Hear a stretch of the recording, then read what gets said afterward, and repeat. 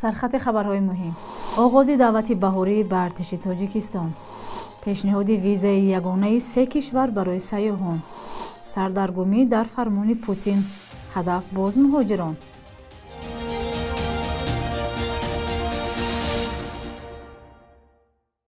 سلام بیننده های عزیز و برنامه نویدی بامدادی خوش آمدید. امروز سه‌شنبه 1 اپریل.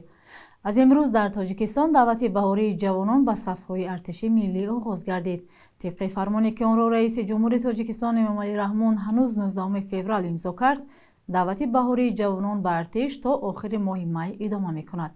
بنا به این فرمان که در سامانه رسمی پرزیدنت تاجیکستان نشر گردید، جوانانی از 18 تا 27 ساله که اساس قانونی برای آزاد شدن از خدمت را ندارند به صف‌های نیروهای مسلح جلب می‌شوند.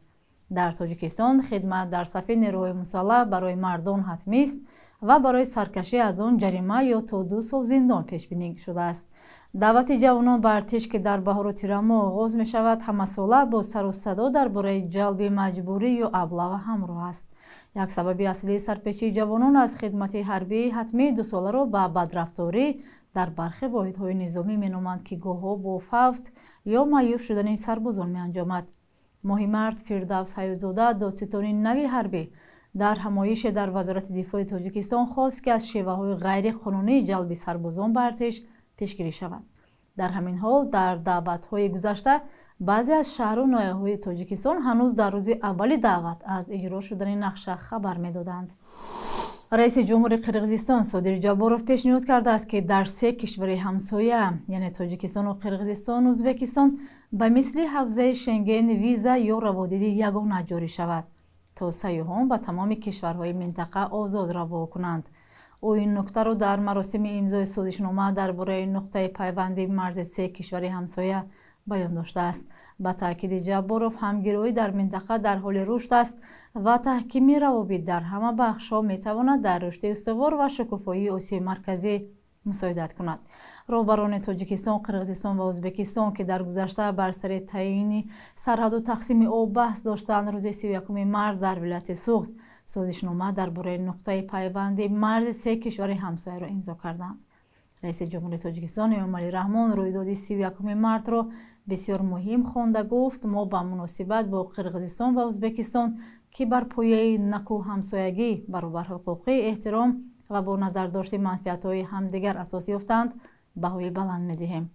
به گفته رئیس جمهور ازبکستان شوکت میرزیویف، در سالهای اخیر گردش مال میان ازبکستان، قرقیزستان و تاجیکستان 10 برابر افزوده، قریب نصف آن به منطقه‌های مرزی راست می‌آید.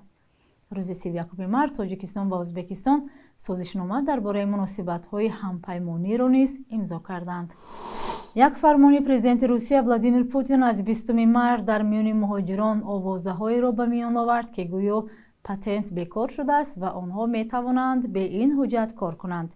خبر در مطبوعات روسیه به طور نافهمانه چاپ و تبلیغ کرده شد و ظاهراً مهاجران را در سردرگمی انداخت. دیرتر معلوم گشت که فرمان به قلمرو خود روسیه وابستگی ندارد و تنها به مهاجران در 4 منطقه از طرف روسیه اشغال شده اوکراین اجازت می‌دهد که با انگشت‌نگاری و سنجش طبی کار کنند. مقامات روسیه فرمان را شرح ندادند، اما کارشناسان مسئله مهاجرت میگویند با آرزوی خلاصی از پتنت برای کار به این منطقه ها رفتن مهاجران غیر قانونی است و هم برایشان خطرهای زیاد دارد. نمایندگی وزارت کار و مهاجرت تاجیکستان در روسیه نیز در بیانیه به مهاجران فهماند که گپ نه درباره همه قلمرو روسیه می رود. در گذشته با وعده مزد زیاد و کاری به پتنت صدها مهاجر از آسیای مرکزی به منطقه های اشغال شده روسیه رفتند و از جمله شرکت رستوراتسیا 110 مهاجر تاجیک را در روسیه به کار گرفته سپس به اوکراین برده است. سلاله پهلوانی و ساپیریان که نسل به نسل تا آخر سالهای 50 عصر گذشته در ناحیه کوهستان مسجد زندگی می‌کردند، نه تنها در وادی زرافشان بلکه در همسایه کشورها هم شهرت یار بودند.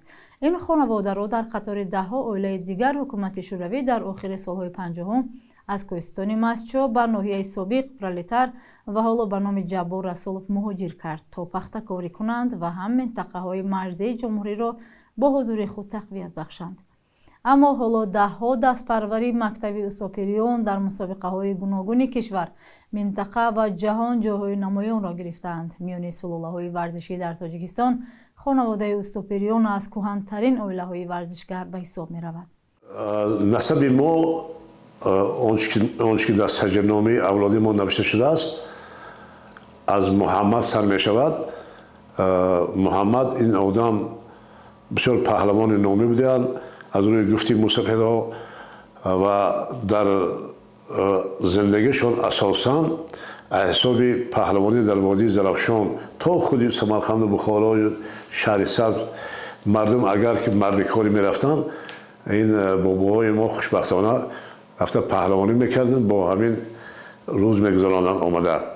از آن کس میشود بابای اون کس بابا کلانم، بعد اون کس بابام سیفالدین نام داشتن، پدرم استاپیر و من استا، اصلا نام من استا محمد است، در حجت استا شد استا و از من کامران شاه و فریدون شاه و فرزندای آنها محمد و دوشتیچ و کیامت همین ها، یعنی که شش پشتی ما تنها به همین کسب پهلوانی مشغول بودند و همین کسب برای ما هم باعث افتخار شد هم باعث زندگی شد.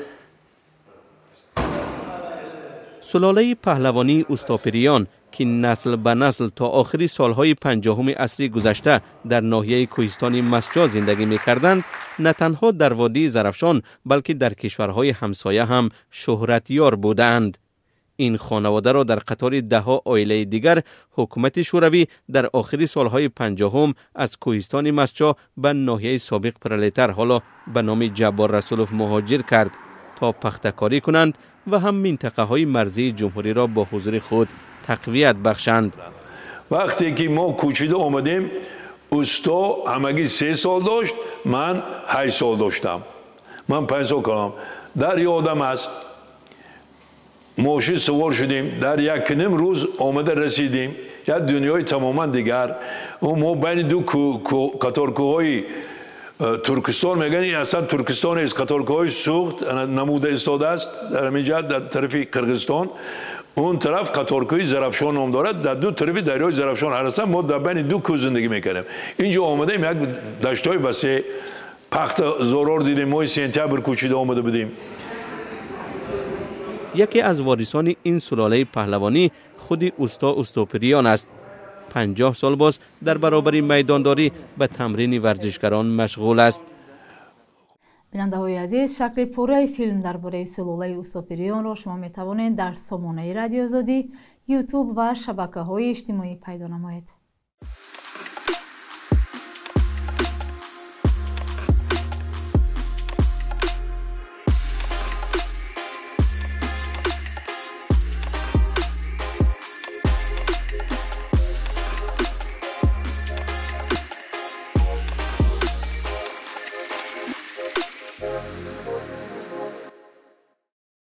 احمد شار یا ابو محمد جولانی رئیس جمهوری موقت سوریه هیئت نوی حکومت را اعلام کرد.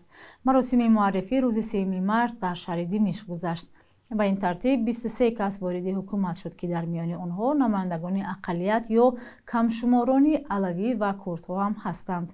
هند کبابت زن نصرانی وزیر کارهای اجتماعی و مهنت تعیین شد و یگانه زن در این حکومت است. بار اول در سوریه وزارت ورزش و حالتهای فوق‌العاده تأسیس یافت.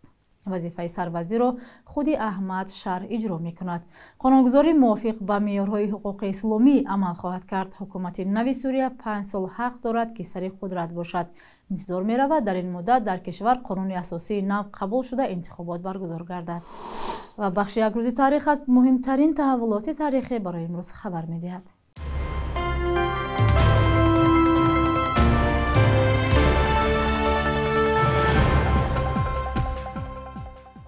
1 اپریل سال 2020 در تاجیکستان اولین ساکن محلی با نشانه‌های مانند به کرونا درگذشت و مقامات تندرستی ولایت سوخت 10 نفر خویش و تبار فوتیده حبیب الله شادیوف و طبیبان و کارمندان دیگر طب را کرانتین کردند.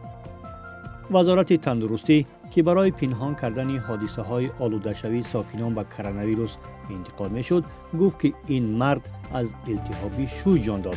ولی تحقیقات ژورنالیستی رادیوی آزادی درستی اظهارات رسمی مقامات را زیر سوال برد. یک ماه بعدش مقامات مجبور شدند وجود کرونا را اعتراف کنند. 1 اپریل سال 1951 ژورنالیست و نویسنده تاجیک دادخان ایگمزاد تولد شده است که در رشد ژورنالیستیک و آزادی بیان، ژانر حجو در نویسندگی و هم فعالیت‌های جمعیتی سهمی زیاد دارد. سالهای اخیر شوروی و سرمحرر پیام دوشنبه بود که از نشریه‌های حامی آزادی بیان، منتقد حکومت وقت و جانبدار تغییرات در نظام بود. قلم تیز حجویه‌هایش برای تأسیس نخستین نشریه حجوی لکوپک راه گشاد، ولی طور خودش میگفت با سبب نبودن کاریکاتورنگاران حرفه‌ای چاپ نشریه‌اش دیر نپایید. در رابطه با وارخ و بحث‌های مرزی موقعش را فعالانه بیان می‌کند. 1 اپریل روزی خنده است که در بسیاری از کشورها از جمله قلمرو شوروی سابق تجلیل می شود. عید غیر رسمی مردمی بهانه برای شوخی و هزل، لطیفه گویی و مسخره شده است. خنده و شوخی را گروی طبع خوش و بالیده و هم عمری دراز می گویند. در تاجیکستان هم در این روز هر سال حجونگاران تلاش می کنند برنامه‌های مخصوص حجوی آماده کنند. چون همیشه در این قسمت برنامه از قرب اسعار میگوییم، صبح امروز 1000 روبل برابر است به 129 سومانی، 100 یورو به 1174 سومانی و 100 دلار 1090 سومانی مقرر شده است.